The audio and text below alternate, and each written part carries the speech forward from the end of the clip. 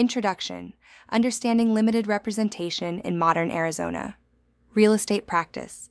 In the previous sections of this chapter, we examined how agency relationships are regulated in Arizona and how disclosure requirements under ARS, paragraph 32-2156, ensure that consumers understand who a real estate professional represents in a transaction. We also discussed how compensation transparency has become an increasingly important issue within the industry. One additional area that has received increased attention in recent regulatory guidance is limited representation, commonly referred to as dual representation.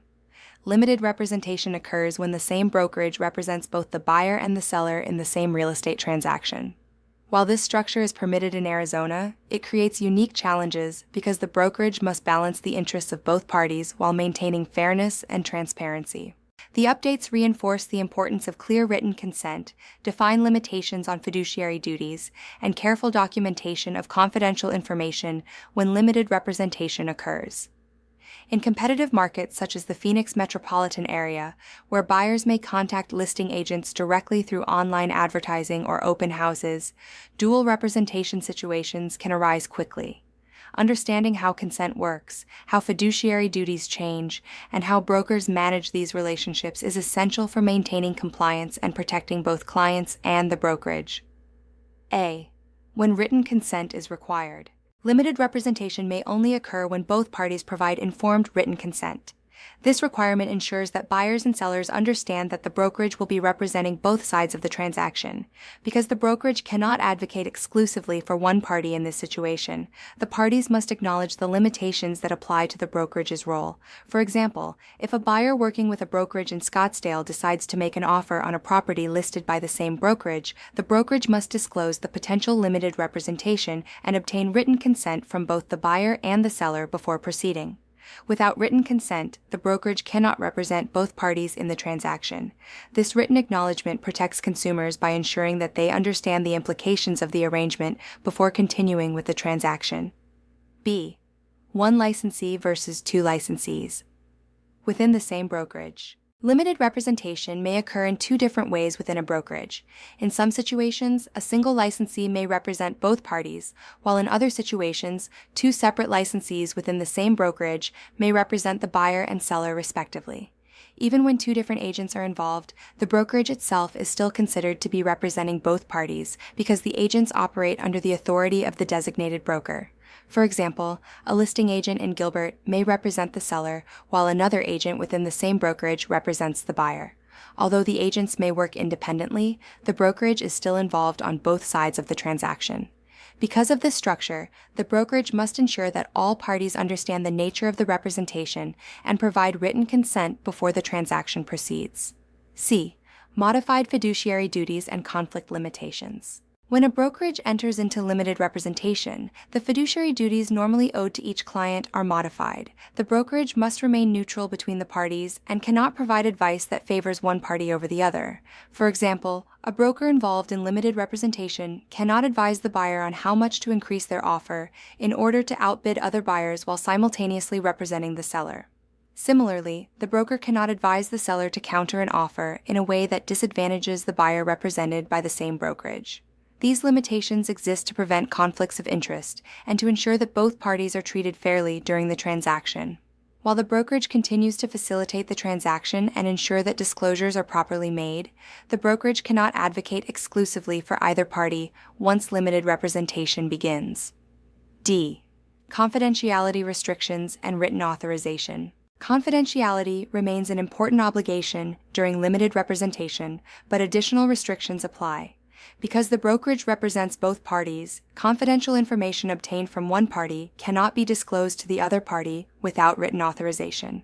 For example, if the seller privately informs the brokerage that they would accept a lower purchase price, that information cannot be shared with the buyer unless the seller authorizes the disclosure. Similarly, if the buyer indicates that they are willing to increase their offer significantly, the brokerage cannot reveal that information to the seller without the buyer's consent. These confidentiality restrictions are designed to preserve fairness in the transaction and protect the negotiating positions of both parties. E.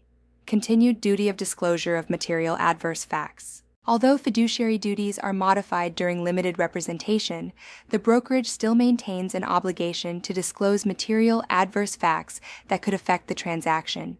Arizona law requires real estate professionals to disclose known material defects or issues that may influence a party's decision to buy or sell property. This duty is reinforced through case law such as Hill v. Jones, 1986, which established that sellers and their agents must disclose known material defects that affect the value or desirability of a property.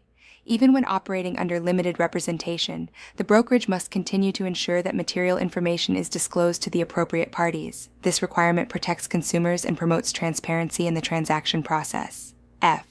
Compensation governed by separate agreements. Compensation in limited representation transactions continues to be governed by separate brokerage agreements, not by the agency disclosure itself. As discussed in the previous section, representation and compensation are separate legal concepts. Even when the brokerage represents both parties, the compensation structure must still be clearly defined through written agreements. For example, a listing agreement signed by a seller in Tempe may establish the commission paid to the listing brokerage, while a buyer representation agreement may define how the buyer's brokerage services are compensated. Maintaining separate documentation for representation and compensation helps ensure transparency and prevents confusion about the financial structure of the transaction. G. Termination of consent if the transaction fails. Consent to limited representation typically applies only to the specific transaction being contemplated. If the transaction fails to close, for example, if the buyer cancels during the inspection period or financing cannot be obtained, the limited representation agreement may terminate along with the transaction. If the buyer later pursues a different property listed by the same brokerage, the brokerage may need to obtain new consent for limited representation before proceeding. Clear documentation of the termination of consent helps ensure that future transactions begin with proper disclosure and consent procedures. H. Indemnification and brokerage protection. Brokerage agreements related to limited representation often include indemnification provisions designed to protect the brokerage from disputes arising from the dual representation arrangement. These provisions typically confirm that both parties understand the limitations of the brokerage's role and agree not to hold the brokerage liable for conflicts that arise from representing both sides. Indemnification provisions reinforce the importance of informed consent and help reduce the risk of litigation related to limited representation. While these provisions do not eliminate the brokerage's legal obligations, they provide an additional layer of protection when both parties knowingly accept the limitations associated with dual representation. I. Risk management in competitive markets. In competitive markets like the Phoenix metropolitan area, limited representation situations can arise quickly. Buyers may contact listing agents directly through online advertising, social media, or open house events, creating situations where the listing brokerage may potentially represent both parties in the transaction. In these scenarios, agents must be especially careful to explain representation clearly and obtain written consent before engaging in substantive negotiations. Proper documentation, clear communication, and adherence to disclosure requirements help ensure that the brokerage remains compliant with Arizona law while protecting the interests of both parties involved in the transaction. Discussion questions. Why is written consent required before a brokerage may represent both the buyer and seller in the same transaction?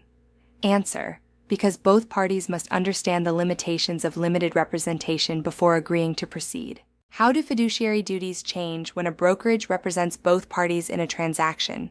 Answer: the brokerage must remain neutral and cannot advocate exclusively for either party. Why is confidentiality especially important in limited representation situations? Answer: because confidential information from one party cannot be shared with the other without written authorization.